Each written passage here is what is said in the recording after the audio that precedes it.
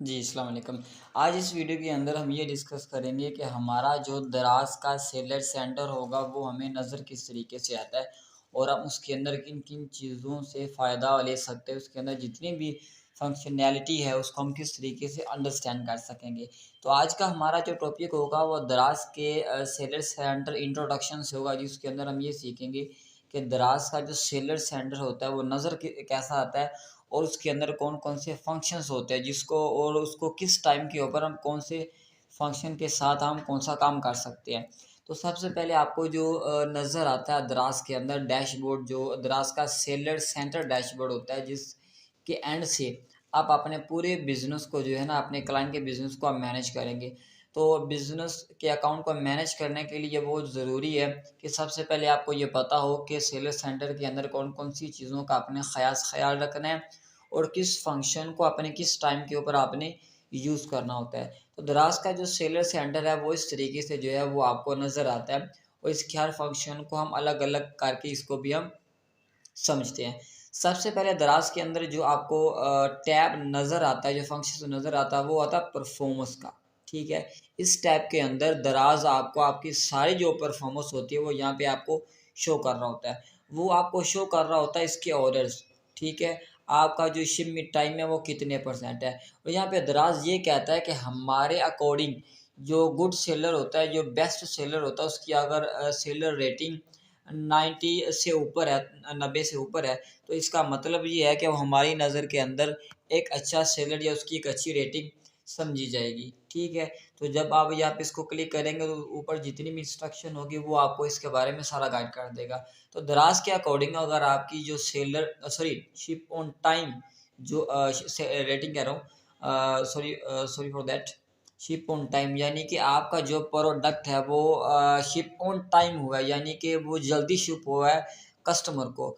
तो अगर उसकी रेटिंग 90% से ऊपर है तो वो एक अच्छी रेटिंग कंसीडर की जाएगी। इसके बाद क्या आता है ऑर्डर्स के अंदर, कैंसलेशन रेट।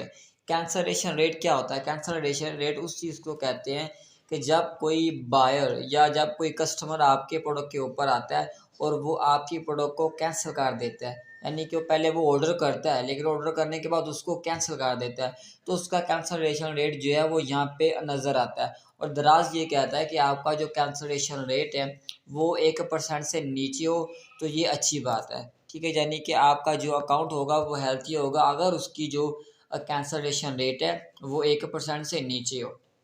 ऑर्डर्स परफॉर्मेंस के अंदर तीसरी चीज़ आती है रिटर्न रेट। रिटर्न रेट उस चीज़ को कहते हैं कि अगर कोई कस्टमर या अगर कोई बायर आपका प्रोडक्ट बाय करता है, बाय करने के बाद उसको डिलीवर भी हो जाता है, लेकिन डिलीवर के बाद वो एक्चुअली उसको वो प्रोडक्ट न सॉरी फॉर दैट, वो प्रोडक्ट मिलता नहीं या वो डैमेज हुआ प्रोडक्ट उसको मिलता है या वो प्रोडक्ट मिला ही नहीं जो आपने पिक्चर्स के अंदर उसको या डिस्क्रिप्शन के अंदर आपने शो किया, तो वो क्या करेगा, इसको वो रिटर्न कर देगा।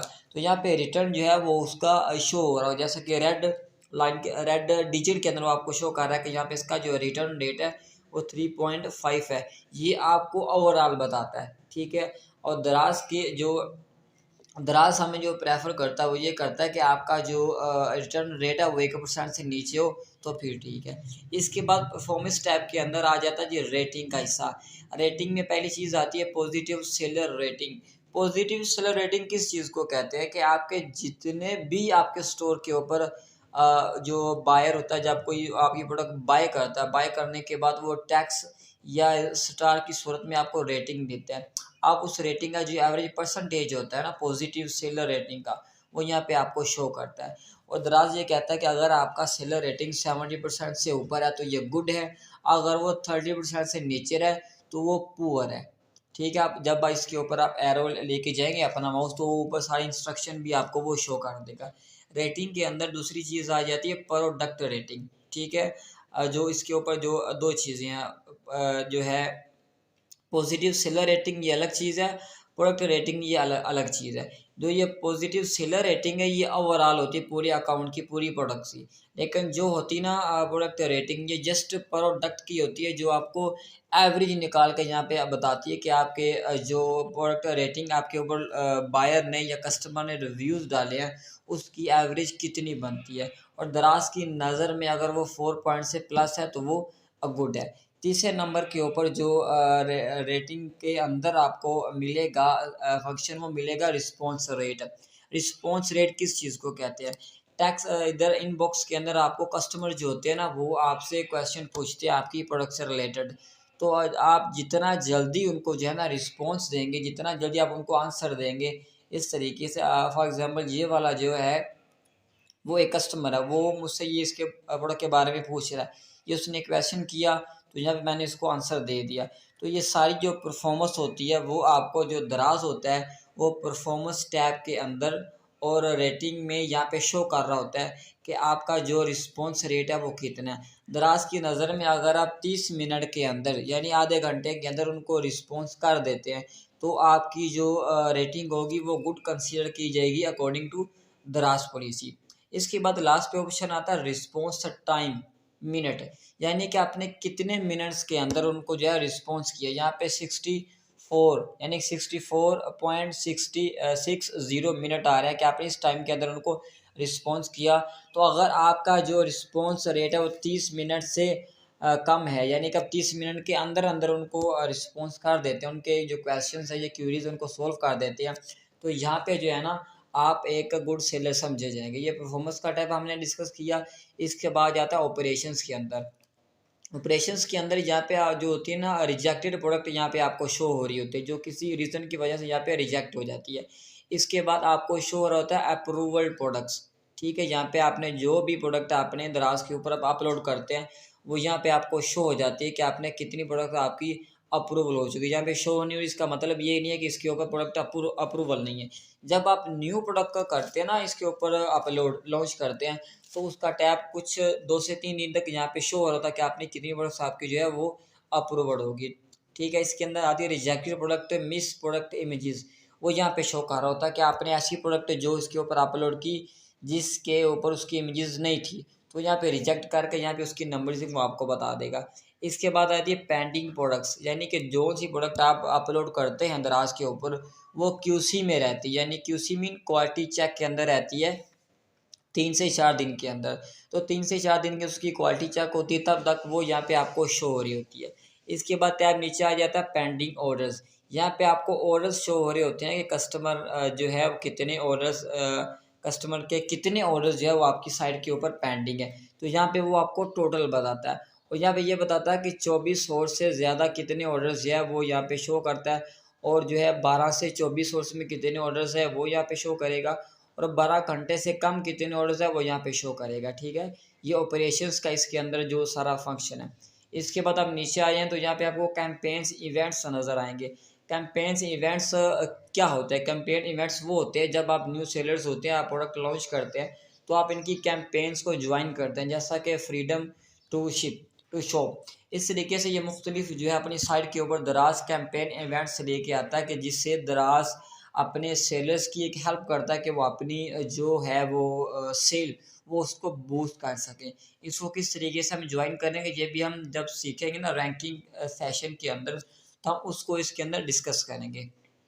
इसके बाद नीचे आप देखेंगे लास्ट के अंदर यहाँ पे 2 फंक्शन आपको नज़र आ रहे हैं। पहला नज़र आ रहा है सेलर पिक्स, दूसरा नज़र आ रहा है चैट। सबसे पहले हम डिस्कस करते हैं सेलर पिक्स के अंदर। सेलर पिक्स क्या होता है? सेलर पिक्स एक पेड एडवर्टाइजमेंट डैशबोर्ड होता है। जैसा कि आप फेसबुक के ऊपर आप एड्स रन करते हो, जब आप एड्स रन करते हो तो उसकी ओवरऑल परफॉर्मेंस आपको वो शो करता है कि आपके पेज के ऊपर कितने व्यूज़ आए, कितने क्लिक आए और कितनी टोटल आपकी सेल आई। तो सारी जो परफॉर्मेंस होती है वो उसको डिटेक्ट करके आपको एक पूरे डैशबोर्ड के ऊपर आपको शो करता है। अमेज़न के ऊपर पीपीसी यूज़ होता है, पे पर क्लिक। ठीक है, यानी कि एक पेड टूल या एक पेड टेक्निक जिसके ज़रिए आप अपनी सेल को बूस्ट कर सकते हैं, तो वो सारी यहाँ पे शो हो रही होती है। तो हम इसको यूज़ कैसे करेंगे ये भी रैंकिंग के सेशन के अंदर हम इसको भी डिस्कस करेंगे। लास्ट में आ जाता है जी चैट का बॉक्स।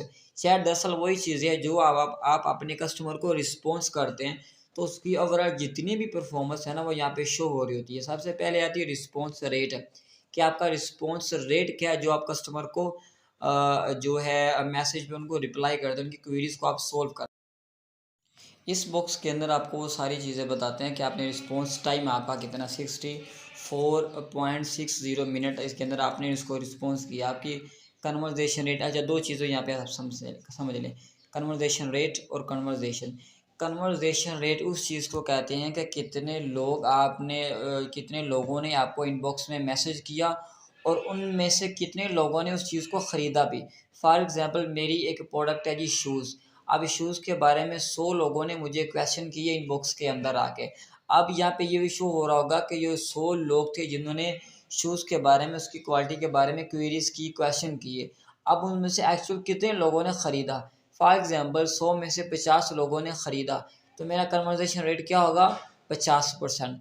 अगर 100 में से 20 लोगों ने ख़रीदा तो मेरा कन्वर्जेशन रेट क्या होगा, 20%। तो यहाँ पे ये कन्वर्जेशन रेट उस चीज़ को कहते हैं कि कितने लोगों ने जो है वो आपकी जो है वो क्वेश्चन की आपकी प्रोडक्ट से रिलेटेड, और उनमें से एक्चुअल कितने लोगों ने वो प्रोडक्ट को ख़रीदा।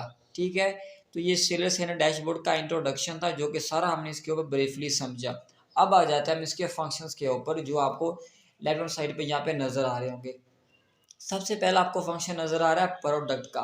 ठीक है, यहाँ पे तो अब इसके अंदर आप देखेंगे प्रोडक्ट मैनेजमेंट आपको यहाँ पे नज़र आ रही है, एक आ रही है प्रोडक्ट ऐड, जिसके ज़रिए आप अपनी प्रोडक्ट को दराज के ऊपर आप लिस्ट करेंगे, जो कि हम आगे जाके प्रोडक्ट लिस्टिंग के अंदर भी सीखेंगे। इसके बाद आया था न्यू मीडिया सेंटर।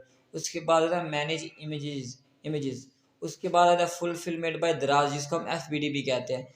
उसके बाद लास्ट का आ जाता है बल्क एडेड प्रोडक्ट, यानी कि अगर आपके पास बहुत सारी प्रोडक्ट है, तकरीबन 20 से 30 प्रोडक्ट है, और आप उसको जो है वो इस पे एकदम जो एक साथ ही आप इसको जो है ना वो ऐड करना चाह रहे हैं, तो आप इस फंक्शन को फिर यूज़ करेंगे। ठीक है, उसके बाद नीचे आ जाता है ऑर्डर्स एंड रिव्यूज़। ये वाला जो टैब है ना, जब आप अपनी क्लाइंट्स के ऊपर प्रोडक्ट अपलोड करेंगे, तो आपका सबसे ज़्यादा जिस टैब के साथ काम होगा वो इसी ही टैब के साथ काम होगा, इस फंक्शन के साथ काम होगा, orders and reviews. Orders and reviews के अंदर पहला टैब आपको नज़र आता है मैनेजमेंट ऑर्डर्स, जहाँ से आप अपने ऑर्डर्स को आप मैनेज करते हैं।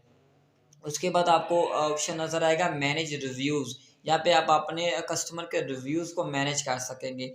ये टैब आप इसको नहीं करेंगे, ये जो होगा वो हमारे एंड से होगा, जो हमारे वेयरहाउस में लोग आपके क्लाइंट के प्रोडक्ट को ड्रॉप ऑफ करेंगे दराज आपके ऊपर। ठीक है, इसके बाद कस्टमर रिटर्न, ये भी आप नहीं करेंगे।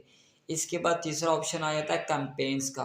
प्रमोशन के अंदर पहला टैब आपको नज़र आता है कैंपेन्स, उसके बाद बंडल्स, उसके बाद seller vouchers, free shipping, seller picks और लाइव स्ट्रीम।